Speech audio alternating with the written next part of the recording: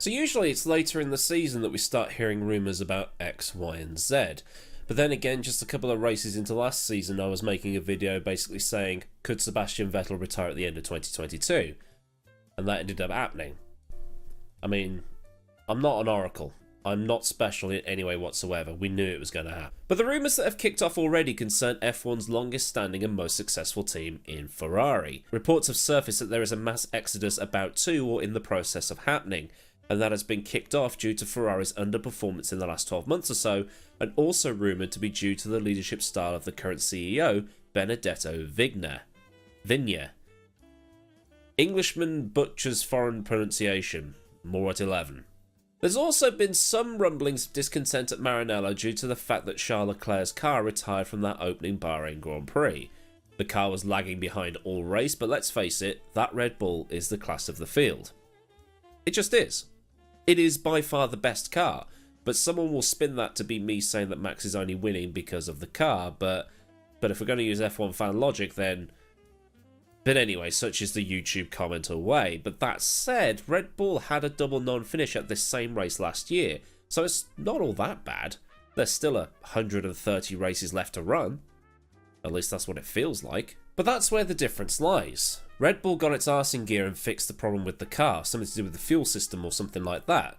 Ferrari, on the other hand, doesn't fix things.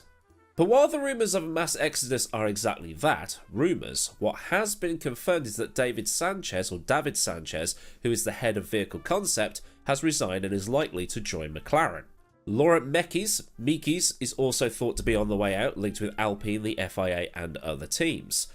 Other media outlets are reporting that mechanics and engineers are putting the feelers out to either move to Faenza to join AlphaTauri, Hinwil to join Sauber, or even move to England for work. Now, it must be said here that we are dealing only with rumour. There's nothing major been reported by the BBC, Sky, ESPN or similar. Yet. I mean, there's still time. So obviously take all of this with a grain of salt, but that said, mass hysteria in Ferrari land isn't a new phenomenon, and places like Gazzetta dello Sport, La Stampa and other Italian media outlets are often quick to spell doom and gloom when Ferrari hasn't won the first race by 9 laps. Winning is the only thing that matters. Nothing else will do. And the race pointed out in their article that the Italian media witch hunt isn't going after Frédéric Vasseur, who is the team principal, but more the CEO or CEOs at Ferrari that are above him, because they're basically saying that Vasseur isn't able to have the control that he otherwise would be able to have, should be able to have, or was promised he could have.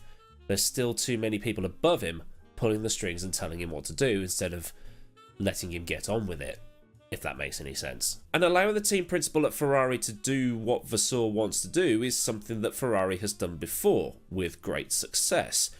When Jean Todt arrived in 1993, he set about putting plans in place to get Ferrari back to the front of the grid. It had been a decade since their last Constructors' title, and it had been longer still since their last Drivers' title with Jody Scheckter in 1979. Ferrari had, and still does to an extent, that belief that we are Ferrari and good things will happen because they are Ferrari. People want to drive for them because they are Ferrari. And when bad things happened, it was, how can this happen? We are Ferrari. Todd's Ferrari was different to, say, Enzo's Ferrari. It's all well and good having the most desirable badge on the grid, but we've got to work for it. We have to earn it. We need to be a machine. So he turned Ferrari into one.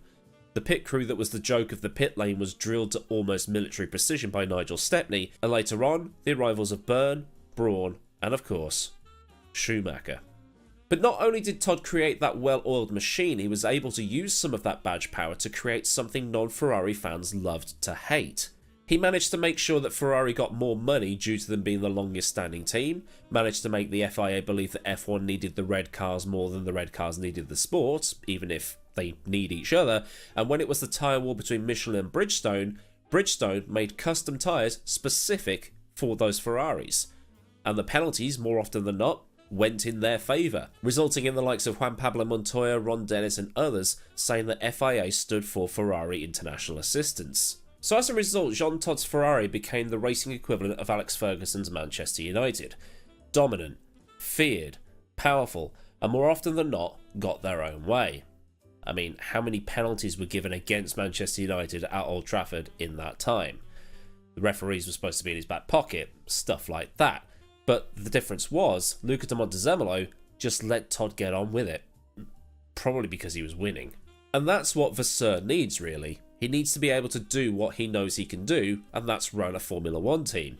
But that said, even Jean Todt had to keep Luca de Montezemolo at arm's length. Having someone above that doesn't know how to run a Formula 1 team stops the guy you hired being able to do that job. So what's the point in him even being there if that's the case? The frustrations will then whittle down to the people underneath Vasseur and then down into the mechanics and even the drivers.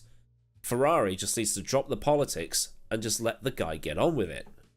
So it seems that Ferrari has lost that pair of balls that it had under Jean Todt. That, I mean, I want to say arrogance, but it's a different sort of arrogance that they had. It's, I mean, how do you explain it?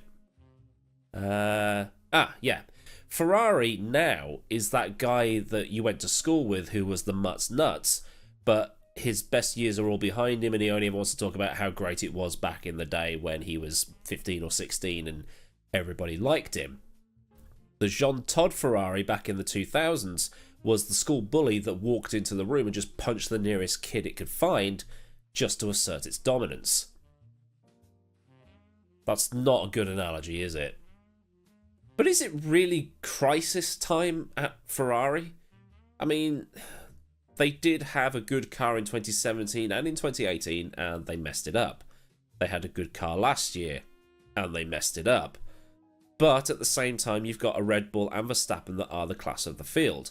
Much like in 2018 and 2017, they had to deal with Mercedes and Hamilton. And it's a similar story to how motorsport.com described the F1 world around 1995 or so. The likes of Senna, Prost, and I guess Mansell as well were gone. Hill was decent, but okay, not great. Hakkinen was yet to reach his peak and get a decent car, and the likes of Berger were just not good enough and getting old. Schumacher at that time was the guy to have, and Todd got his man, and the two men who made him at Benetton. Schumacher was ruthless on track, Todd and Braun masterminds away from the track.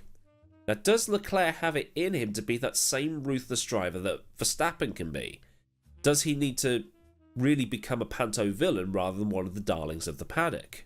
So maybe there is an underlying little bit in this that does Ferrari try and prize Adrian Newey and or Verstappen away from Red Bull?